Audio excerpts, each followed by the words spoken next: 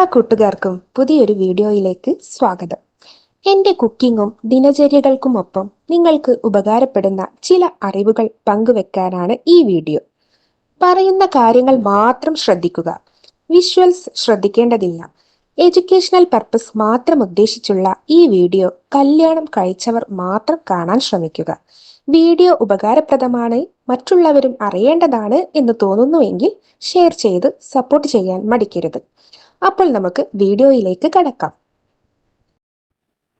ഇത്തരം ചെറിയ നുണകൾ കൊണ്ട് നിങ്ങളുടെ ഭാര്യയെ വരുതിയിലാക്കാനുള്ള ശക്തി ഭർത്താവിനുണ്ട്. അതെ, ഭർത്താവ് അറിഞ്ഞിരിക്കേണ്ട ചില കാര്യങ്ങളാണ് ഈ വീഡിയോയിൽ നിന്ന് ഷെയർ ചെയ്യുന്നത്. അപ്പൊ നമുക്ക് വീഡിയോയിലേക്ക് കടക്കാം. കള്ളം പറയുന്നത് അത്ര നല്ല ശീലമല്ലെന്ന് എല്ലാവർക്കും അറിയാം. ആരോടും കള്ളം പറയരുതെന്ന് നമ്മുടെ മുതിർന്നവർ ചെറുപ്പത്തിൽ തന്നെ നമ്മെ പഠിപ്പിക്കുന്നുണ്ട്.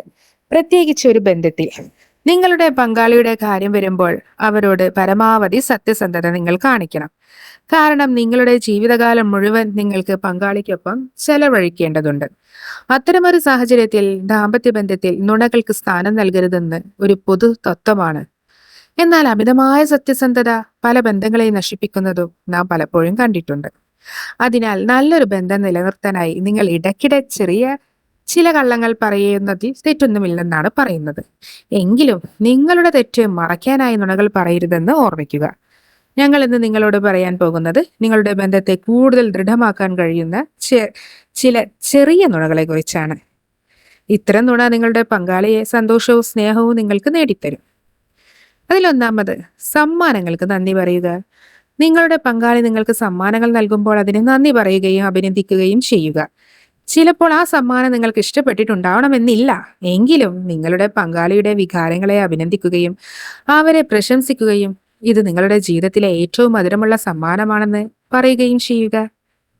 അടുത്തതായി, മനോവീര്യം വർദ്ധിപ്പിക്കുക.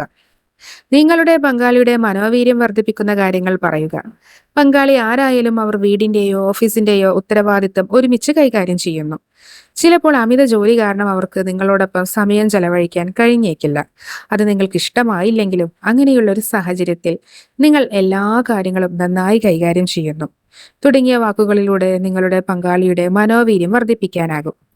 ഇത്തരം ചെറിയ നുണകളിലൂടെ അവരുടെ കൂടുതൽ ഇഷ്ടവും നിങ്ങൾക്ക് പിടിച്ചുപറ്റാൻ സാധിക്കും. അടുത്തതായി, പാചകത്തെ പുകഴ്ത്തുക.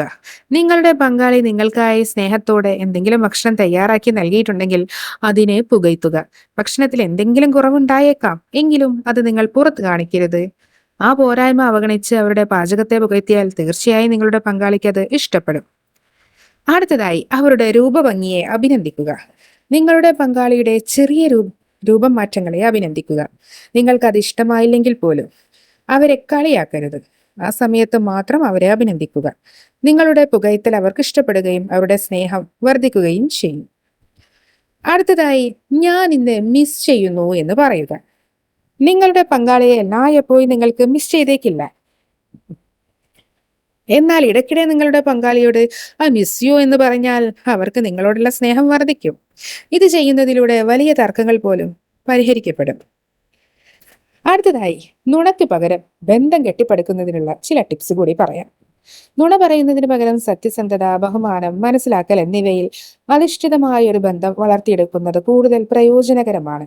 ശക്തമായ ബന്ധം കെട്ടിപ്പടുക്കുന്നതിനുള്ള ആദ്യ വഴിയാണ് സത്യസന്ധമായ ആശയവിനിമയം. പങ്കാളികൾ അവരുടെ ചിന്തകളും വികാരങ്ങളും ആശങ്കകളും പ്രകടിപ്പിക്കാൻ തക്കതായ ഒരു ബന്ധം വളർത്തുക. ഫലപ്രദമായ ആശയവിനിമയം വിശ്വസ്തത വളർത്തുന്നതിനും പങ്കാളിക്കിടയിൽ സ്നേഹം വളർത്തുന്നതിനും സഹായിക്കും. അപ്പോൾ മറ്റൊരു വീഡിയോയിലൂടെ വീണ്ടും കാണാം. അതുവരേക്കും ബൈ.